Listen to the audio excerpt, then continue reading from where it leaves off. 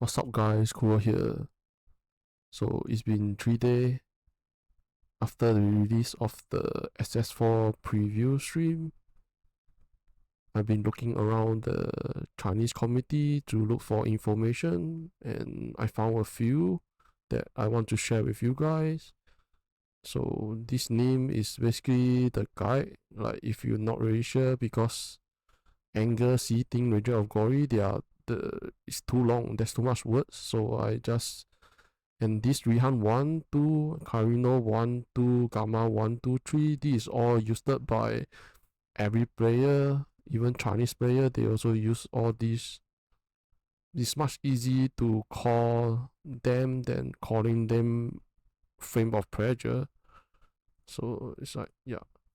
And then for this SS4 tier list, for this start, this is just for this start. It's not like how strong the hero trial is, how strong the hero is. So Eureka 2 will sure be the top. Like always, new hero is always at the top. And then Eureka 1, like all this is just suggest player to play as a lead start. Like T2 and below, just don't bother with them. Like all these T1.5 and above, all can be played. For free to play player, we only have 3 choice: Yuga 1, Gamma 1, and Rihan 1. So for Yoga 1, his gameplay is much more difficult. Like for difficulty, Yoga 1 is like 4 star or even 5 star, depend on some player. Compared to Rihan is just 1 star difficulty. So if you are really new to the game, try to use Rihan 1 because it's very easy to build up at the early to mid game of the stage. But Rihan 1 just lack of endgame damage. That's why Rihan 2 is higher than him, because Rihan 2 can get to the endgame. But Rihan 1 is a bit pain in the ass to get him to endgame. You have to spend too much resource on him. If you can save all those resources, you can, for example, I use Gamma 2, I already at the endgame and I have enough damage. But for Rihan 1 is that you are just beginning of the end game. That's the problem with Rihan 1. So Yuga 1, Gamma 1, and Rihan 1. So Gamma 1 and Rihan 1 is much more better than Yuga 1. Yuga 1 is really depend on some players. Some of them can handle him, some of them can't. And all the other rest is just depend on what hero you have and just start with it. Bean is have a lot of nerf, but from what I know, most people will start with Bean, get to timeout 7 or even 8, get all their resource, and then they'll create a second hero. That's what I would do if I play Rihan 1.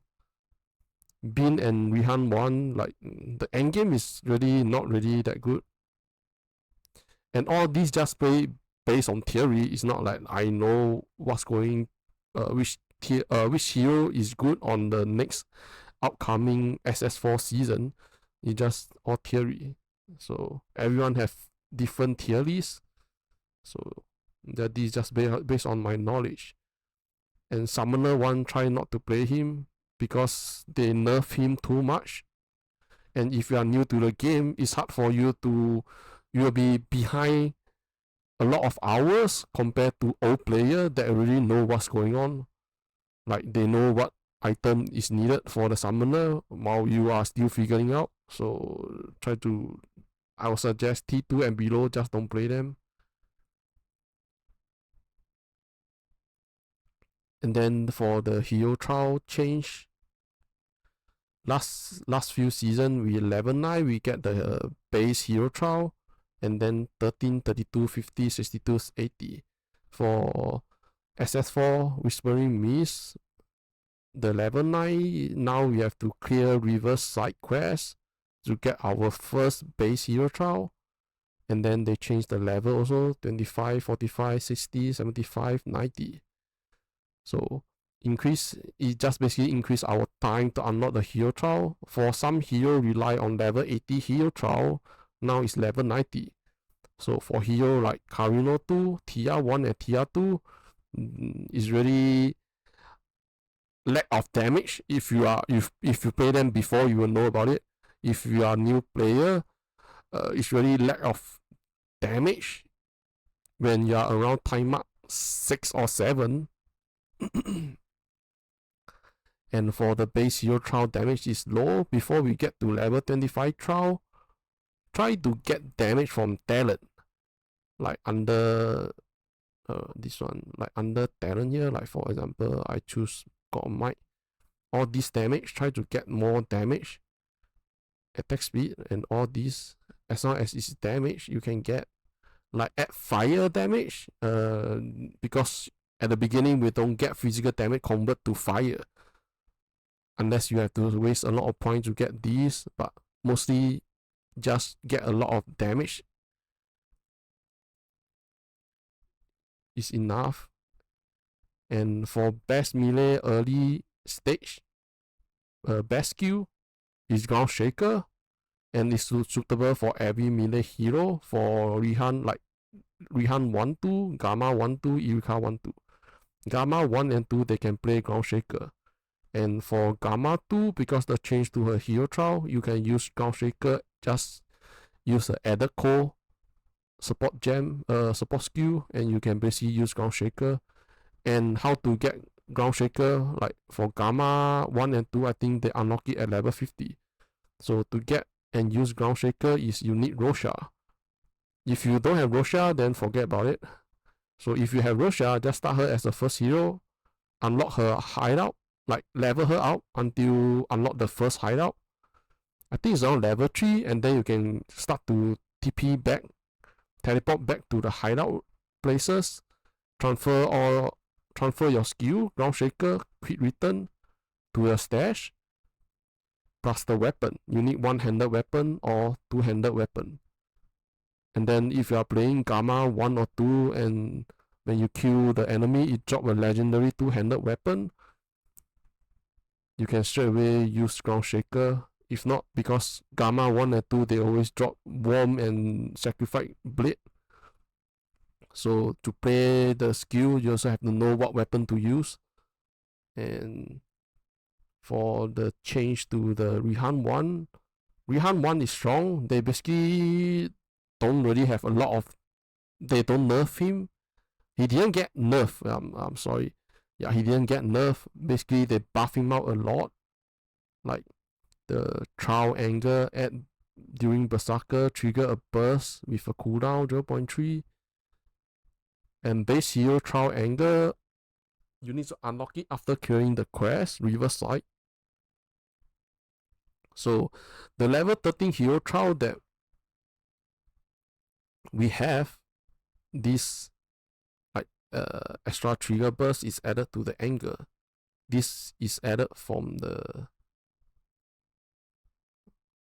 old one to add it into the new one. Level 13 hero trial is the rage, and then you add it into it. And this one is early stage. Use Ground Shaker for damage. Then like the rage during Berserk, on hit you will trigger and trigger burst, and then you will adjust. So basically the hero trial for anger is this one. The during Berserk stage, trigger a burst is added into the anger. So this one is added to the top. And then they adjust it into when you are not in non-Berserk state, on hit trigger another burst. This is to help us with the lack of damage from level 30, maybe level 9 to level 25, because our second, like after the base hero trial is the level 25 hero trial. So the level 25 hero trial from level 1 to 25, maybe with a lack of burst. So this is just another extra, but this non-Berserk state doesn't do much damage in endgame. It's only helpful in the early stage. Because in endgame, we don't really run out of rage. We build up rage so fast that we don't really have maybe a 1 or 2 second that is we are in non-berserk state. So this is just added into the beginning, but like early stage, but not the end game stage. So it just increase a bit damage. And this one, like for Rihan 1, we didn't get nerf. The only thing that stopped us for doing damage, high damage, is the frame rate. For Torchlight Infinite, this game is based, like your attack damage, your damage is based on frame rate. If your FPS drop too much when you are gaming, your damage will drop. Like for example, one frame you can do 30 hit, right? Because of your FPS drop, your 30 hit become 20 hit or 15 hit. That is a drop of damage. And for Berserker, for him, one frame do 30 hit is too hard to get. You need a very, very high cooldown and attack speed just to reach that. So it's like, that's why Berserker 1, Rihan 1 is really lack of damage at endgame because he can't hit the, like snapshot, he can't get that. Because his burst is not really that fast to build up. And Rihan 1 Hero Relic and Hero Memory got a huge increase of damage. So when we are leveling up the Hero Relic, 30 rage consume. When you are looking at the Hero Memory or Hero Relic, rage consume is the best. Don't go and use those mock effects that is based on your rage, like you every 30 rage you have equal to how much damage. That sucks because we only have 100 rage. So for example, 30 rage increase amount of damage, we only can get 3 times because we only have 100 rage. No point adding maximum rage, is not really that good. So for the early stage, this is good for early and end game. For critical strike damage, it depends on if your critical strike rating is like 65% and above. You can think of getting this on the Hero Relic. Another one is the new change is this trigger extra burst, but this is useless because this is a chance. 30% chance to trigger additional burst.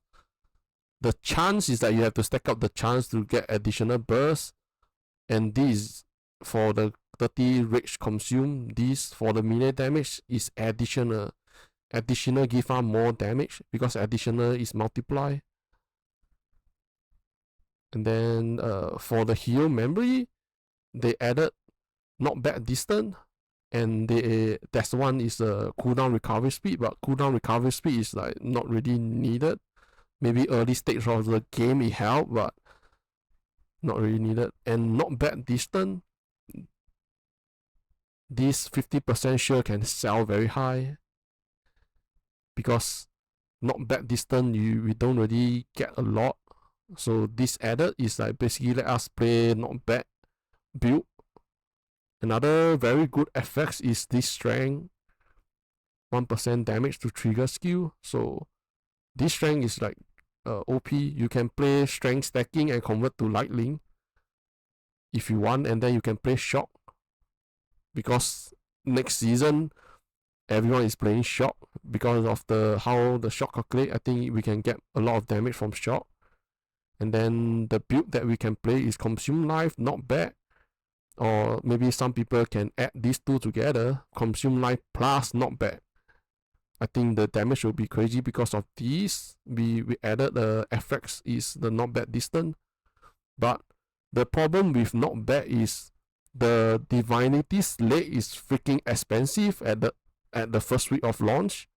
So to play it, you have to farm very, very long. So the consume life is much more easier to get it.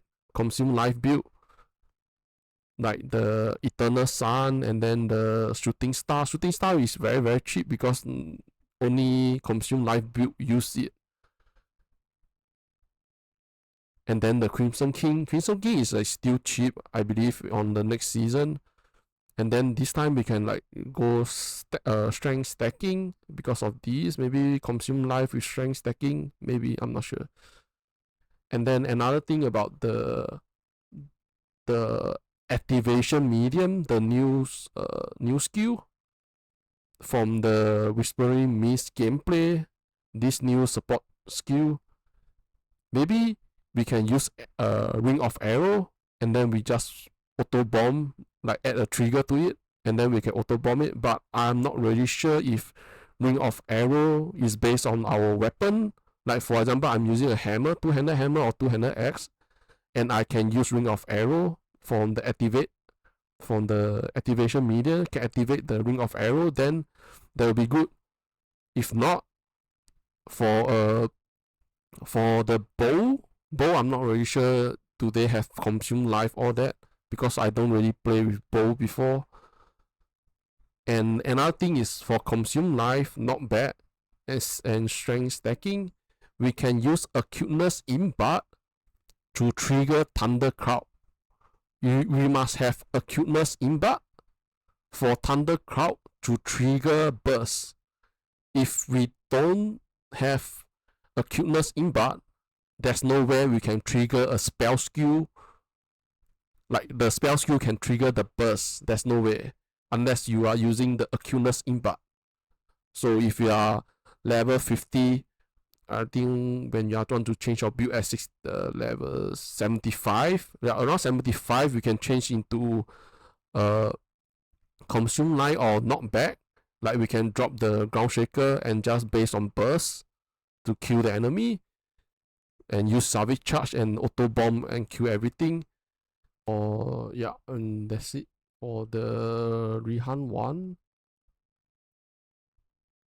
Most, I think he's the only build left is playing burst, trigger burst. Basically, no one play him for like berserking blade, all that. It's like it's not really that strong to waste our time on it. Okay, the next one, Rihan 2. So for this change to the seating, I can't pronounce this. So the detection radius of the seating spirit summoned by the summon increased by 100%. It used to be like when you are casting, when you are using your berserking blade, you can hit the enemy. But when your spirit casts the berserking blade, it can't hit the enemy. So for this, basically is buff out 20% more detection radius. So I think it used to be like 80%, and now they add in another 20%, so it's 100%. So your radius, our self-cast radius is the same as the spirit now. So this is very good. Because sometimes, like if you play it before, in the last few seasons, your seating spirit sometimes don't hit the enemy because his radius is not far enough. And then this is the next one, possessing seating. This is just like a bit buff so that the melee the seating spirit came out. 1 second, like this is a buff. And then also the same early state, just use ground shaker for damage until you get the next hero child level 25. And then your rage will increase much better every time when you are in berserk state. Your seating spirit will come out and hit the enemy. So for this adjustment is increase your rage when you are in non-berserk state. And then the next one, growing anger. This deal double damage recently. You and your seating spirit gain additional attack speed. So for this is a huge buff. Our spirit gain double attack speed. Why I say that is because your seating spirit calculate your attack speed. So for this is your seating spirit calculate your attack speed, and then this buff add into him. So together he get 40% attack speed. This is crazy. And then the next one, boiling anger. So this increase of damage is not really high. This is much more better. So for the next season is that everything is bottom, and this is like 150. We can use the legendary heal memory to get the 50 rage, and then everything go bottom. This change damage is not a lot, only like 50% increase damage or something, but this will increase a lot of damage compared to the top one, so everything is bottom. But yeah, because this double damage with is too good, because it increased our attack speed, and then we only need 150 rage when we are in berserker state plus fistic. We can get a lot of double damage, so whenever we are dealing double damage, we get 40% attack speed. So if you don't want to use fistics because you want to free a slot, you have to increase your rage. I think 180 or 200 rage. So it's like this, have to go test it out. And then the next one, Rage Infusion in Berserker state, gain additional 20% melee damage. This just additional 20% compared to the split form. We used to be kept our resistance at 60, now it's 45%. And every 4% resistance exclude increase our additional max life. This is a buff. This is a buff. So we increase more damage, but we lose some survive because of the resistance. And overall, this is compared to this 60% and 50% resistance. If you compare last season and the upcoming new season, this is the buff. We take less damage compared to this 60% from the calculation that the Chinese player did. And then so for the build, armor stacking, strength stack, or dex stack if you're going lightning, because you can play lightning berserking blade or the lightning thunder spike to go for shock, because next season's shock is crazy. Okay, and then Farewell Desire is still the best legendary for multiple strike build, and they have these 15 chance to obtain 1 to 3 step strike per attack. If it's corrupted, it give us more damage. Why? Because of the step strike have been changed. Step strike chance exclude 100%. There's a corresponding chance to gain additional step strike count. This is crazy. And another one is, I can search Broken Sun. This neck amulet. So if you are playing armor stacking, then this is not really needed. But if you are playing Eureka 1 with the Berserking Blade, you basically can use this Broken Sun. This increase a lot of damage. The new adjustment to the Broken Sun ring. So Farewell Desire is maybe much more expensive in the upcoming season. Not sure, maybe. I will sure miss few things because sometime after I find out the information, I will still forget. So if I forget anything, please comment down below on the, just comment so that I know I can change. Or if you guys have know anything that I don't know, just tell me, so I can change it. And then for Carino 1 is strong in endgame, but from what I know, and like those Chinese players, they always say that Carino 1 is very squishy at the lead start, but he's a very strong endgame hero. So for example, most of the player, what they did is they level up neither Bean or Rihan 1, and then get to 10 Mark 7, farm all their resource, and then they pump up Carino 1. So when Carino, when he came out from the story chapter, Like they bought all his hero relic, hero memory, the thing that is needed, and he will be a breeze in the timeout 7 or 8 because he's doing very well and in endgame. And this time they changed a lot for him. And this ammo expert, they basically changed the level 13 hero trial to the base hero trial. So the gameplay will be much better because it's auto reload, but sometimes the reload will still get stuck because of the, I think it's reload of the special ammo or something. And then the next one is they remove +2 projectile and then add 50% damage. So it's good for Thunderbolt Overload, but it's bad for skill that need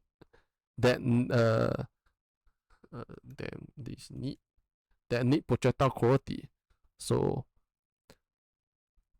if you want to play Carmino 1, I would suggest playing Thunderbolt Overload. And Eureka 2, I also suggest playing Thunderbolt Overload. Thunderbolt Overload is like very strong in the next season.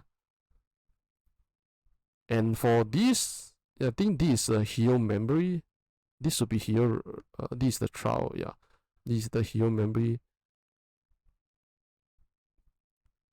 So what this each projectile hit increase the enemy vulnerability to your damage by additional +1%.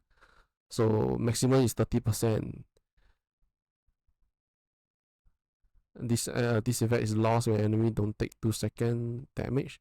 So what this vulnerability can be multiplied by shock.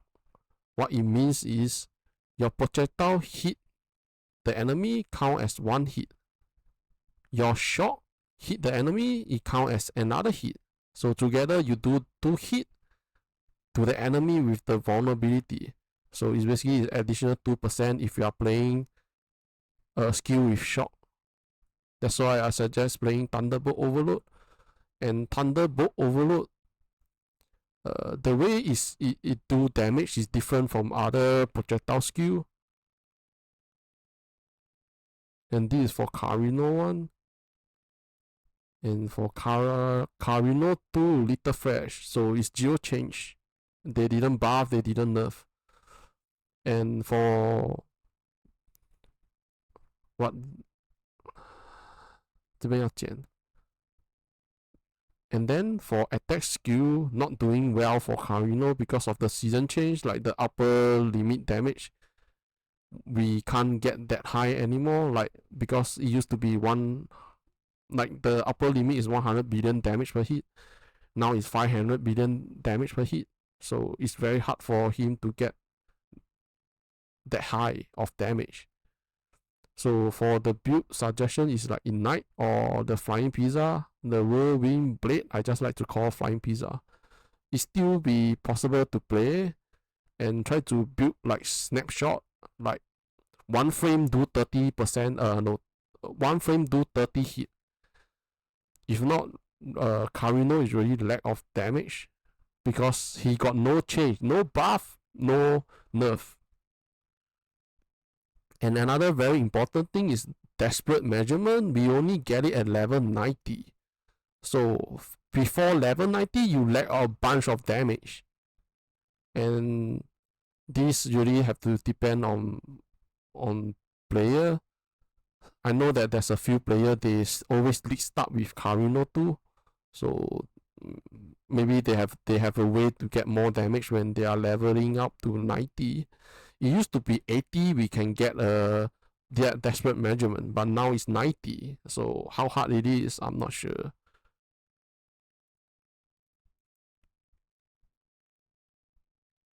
And then the next one, Gamma 1. There's a new effects. Enemy on Frost Terra take additional fire damage. This is influenced by Empower skill. This is good for Ignite build.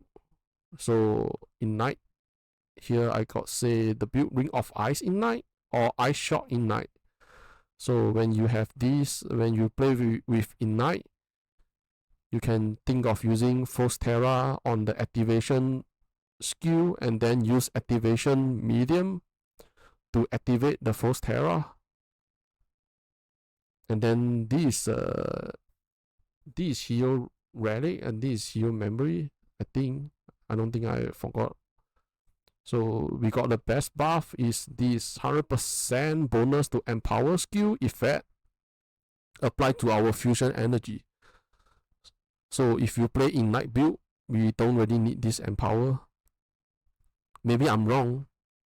This have to test it out.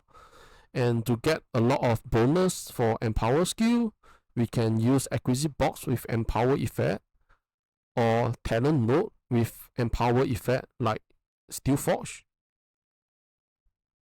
Steelforge and Warlock, yeah, they have empower effect, so you can buff this out. And then for aura stacking, nerf very hard, so she can't get lightning convert, fire, and ice convert. Like these three convert we can't go for it anymore. And if you are playing damage over time build, trying to build it with 3 curse. 3 curse is very strong in the next season. Oh yeah, and for Rihan 2, just now I forgot to say, for Rihan 2 is what? You need Warcry. So if you are using Berserking blade, you have to use the Warcry to increase the step strike chance. I think it's which Warcry? There's a. I always forgot the Warcry. Raging is Demolish. Yeah, Fierceless. Yeah, remember correctly is Fierceless. For the Thunder Spike is Charging. So you need to play Warcry. Resurrect Warcry, I'm not sure how it works. So it's best that like your weapon Farewell Desire and get a shield, and then under the crafting shield, here you can get the Warcry, increase the Warcry effect. Then I think that will be a lot of damage. And then next Gamma 2.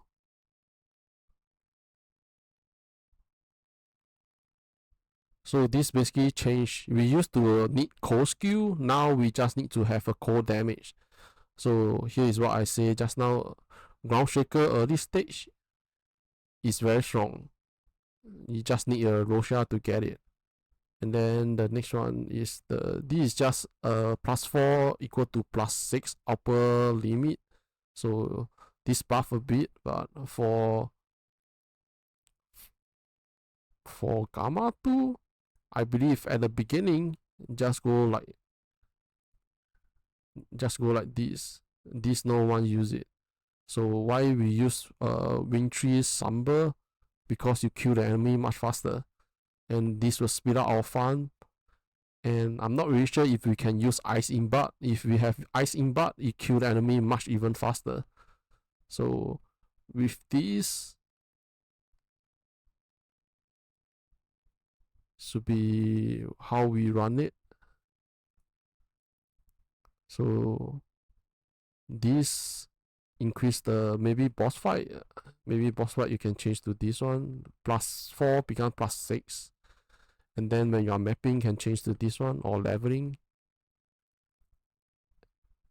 And then the Galactic add damage 20% recently. It's basically this 20% damage added is because they nerf this skill, Blomzing Frost Flower. So here get nerf 20%, they add in 20% to the Galactic Knight, so together we got no nerf under Hero Trial. Like this 20% nerf and then another buff. So for Gamma 2, we can't play max mana build anymore. But I think consume mana is still possible. Consume mana, but I'm not sure which skill to use. Maybe have to wait and see what other people do with it. But for me, I will play Gamma 2 and then Frost Terra. Frost Terra is crazy with 3 curse. So there's a lot of way to get 3 additional curse. And then the new change to the verbal abuse. It used to be 35% curse effect. This is plus. Now they change it into additional 20% curse effect. Sorry. So this is multiply. Additional is multiply. So this is crazy. And then they also changed how the curse works. Element destruction, additional 19.5% at level 20. So with 3 curse, 19.5 times 3 is 58.5%. And then we can get 1 curse. Like here, I will show you guys. Like under here, dream taking, there's a curse on hit. So we can get element destruction here, right? So under our activation, because there's really a lot of limit to it. Example, we can get biting core.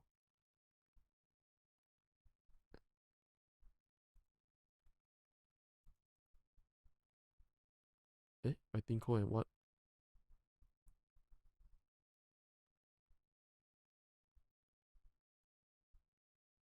Oh, the corruption. Not corruption. Oh, pain. Yeah. And tiger pain. So we got 3 curse. Element destruction. And tiger pain. Biting core. They all give additional damage to the enemy. So we get 2 on our biting core and tiger plane. And then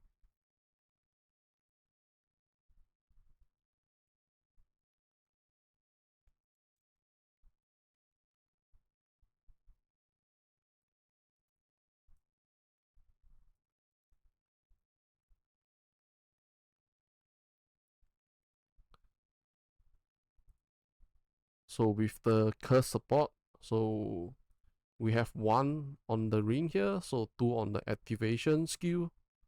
We add in 2 support, which 2? Abyss Hatred give additional 25% curse effect. Terran of Manlies give 80% additional curse effect. So together with these 2 curse is 105.5%. So for 2 curse with the support,